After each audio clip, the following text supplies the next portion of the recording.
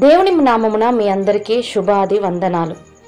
ఈరోజు మనము ఎలా ప్రార్థించాలి, దేవుని సన్నిధానంలో మనం ఎలా ప్రార్థించాలి అన్న విషయాల గురించి మాట్లాడుకుందాం. అయితే ప్రార్థించేటప్పుడు ఎప్పుడు మనము పాజిటివ్నెస్తోనే ప్రార్థించాలి. కొన్ని విషయాలు ఖచ్చితంగా మనము దేవుని యందు అడగాలి. అడిగినప్పుడు దాన్ని మనము పొందుకొని ఉంటాము. ఇప్పటి నుండి మీరు ఈ ఖచ్చితంగా నేను చెప్పిన విషయాల గురించి మాట్లాడండి. అప్పుడు మన జీవితంలో కావలసినవన్నీ మనం పొందుకుంటాము. ప్రార్థన చేయనప్పుడు నేను చెప్పిన విషయాలు మీరు మాట్లాడుతూనే ఉండండి. హల్లెలూయా. అంటే మనం ప్రార్థన చేయనప్పుడు ఎలా ఉంటుంది, ఒక 4 విషయాలు ప్రార్థన చేసి మనం పక్కకు జరుగుతూ ఉంటాము. కాదు, మనకు ఒక ప్లేట్లో అన్నం పెట్టినప్పుడు మనకు అన్ని సమృద్ధిగా ఉంటేనే అది ఒక సమృద్ధిగా అంటే అది కంప్లీట్గా ఉన్న భోజనం అవుతుంది. అంటే అన్నం, కూర, పప్పు, చారు అన్నీ ఉన్నప్పుడే అది ఒక సంపూర్ణంగా మనకు అదొక భోజనం ఉంటుంది. అలాగే ప్రార్థనలో కూడా సంపూర్ణమైన ప్రార్థన చేయాలి, సంపూర్ణంగా చేయాలి ప్రార్థన. అంటే కొన్ని మాటలు పలికి మళ్ళీ కొన్ని మాటలు గ్యాప్ ఉంచి కాకుండా సంపూర్ణంగా ప్రార్థన చేయడానికి ప్రయత్నిద్దాం. మన జీవితంలో సక్సెస్ని చూడడానికి మనము ముందడుగేద్దాం. ఈ రోజు నుండి మీరు ఇలా ప్రార్థన చేయండి. నా జీవము క్రీస్తుతో కూడా దేవుని యందు భద్రపరిచి ఉన్నది. నేను దేవుని కుమారుని యందు విశ్వాసం ఉంచుచున్నాను కనుక నాలో ఈ సాక్ష్యము కలిగి ఉన్నాను. ఆ సాక్ష్యం ఏమనగా దేవుడు నాకు నిత్య జీవమును దయచేసి ఉన్నాడు. దేవుని జీవము నాలోను, నా ప్రతి ఎముకలలోను, నా ప్రతి అవయవములోను, నా ప్రతి రక్త కణములోను కలదు. క్రీస్తును మృతులలో నుండి లేపిన వాని ఆత్మ నాలో నివసించుచున్న, క్రీస్తు యేసును మృతులలో నుండి లేపిన వాని ఆత్మ నాలోని మృతతుల్యమైన అవయవములకు జీవము కలగజేయుచున్నది. నేను మరణించను, జీవించి ప్రభు కార్యములు ప్రకటించెదను. నేను మరణించను, జీవించి ప్రభు కార్యములు ప్రకటించెదను. క్రీస్తునందు నేను దేవుని యొక్క నీతిమంతుడనై ఉన్నాను.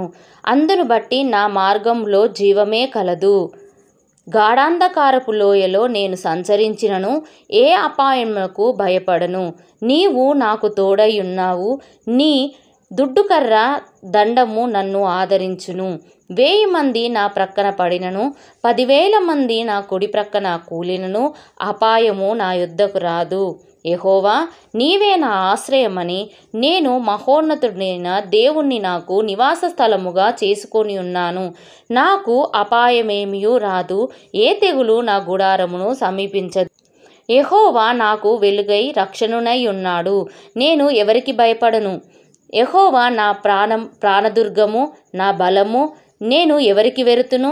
నా శరీర మాంసములు తినుటకై దుష్టుడు నా మీదికి వచ్చినప్పుడు, నన్ను బాధించు శత్రువులు నా మీదికి వచ్చినప్పుడు వారు త్రొట్టిల్లి కూరిరి.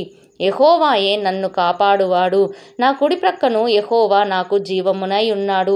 పగలు ఎండదెబ్బకైనను నాకు తగలదు, రాత్రి వెన్నెల దెబ్బనైనను నాకు తగలదు. ఏ అపాయమును రాకుండా యెహోవా నన్ను కాపాడును. ఆయన నా ప్రాణమును, నా కుటుంబీకుల ప్రాణమును కాపాడును. ఇది మొదలుకొని నిరంతరం నా రాకపోకల యందు యెహోవా నన్ను కాపాడును. హల్లెలూయా. దేవుని నామమునకే మహిమ కలుగునుగాక. ఇలా అంటే ఇప్పుడు ఈ మాటల్లో మనకు సంపూర్ణమైన పదాలు మనకున్నాయి. అంటే ఈ పదాలు నాకు అని మనం ప్రతి ఒక్కరం ప్రతిరోజు ఈ పదాలను వాడుతూ ఉండాలి. ఈ పదాలు సంపూర్ణమైన ప్రార్థన అంటే పరిపూర్ణమైన ప్రార్థన ఇందులో ఉంది. అంటే నా రాకపోకల్లో దేవుడు నాకు తోడుగా ఉంటాడు. నాకు, నా కుటుంబానికి ఏ అపాయము కలగదు.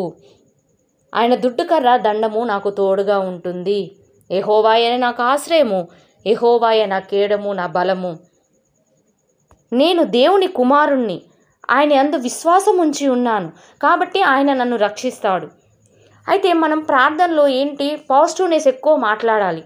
అంటే మనకు మంచి జరుగుతుంది, నేను దేవుని బిడ్డను, నాకు మంచి జరుగుతుంది, నాలో విశ్వాసం ఉంది, దేవుని జీవం నాలో ఉంది, దేవుని వెలుగు నాలో ఉంది, దేవుడు నాకు సహాయం చేస్తాడు, నేను బయటికి వెళ్ళినప్పుడు లోపలికి వచ్చినప్పుడు దేవుడు నన్ను ఆశీర్వదిస్తాడు, నాకు విరోధముగా వచ్చు ఏ ఆయుధము వర్ధిల్లదు. ఇలా ప్రతిరోజు మనము దేవుని మాటలు మనం మాట్లాడుతూ ఉండాలి. అప్పుడు మనకు విరోధముగా వచ్చు ఏ ఆయుధము వర్ధిల్లకుండా దాన్ని దేవుడు మనకు దూరం చేస్తాడు. మనం చేయు ప్రతి పనిలో దేవుడు మనకు సహాయంగా ఉంటాడు. హల్లెలూయా. ఇలా మీరు ప్రతిరోజు నేను చెప్పిన ఈ మాటలు ప్రతిరోజు మీరు ప్రార్థన చేయండి. హల్లెలూయా. దేవుడు ఈ కొన్ని మాటలు దీవించి ఆశీర్వదించునుగాక. ఆమెన్.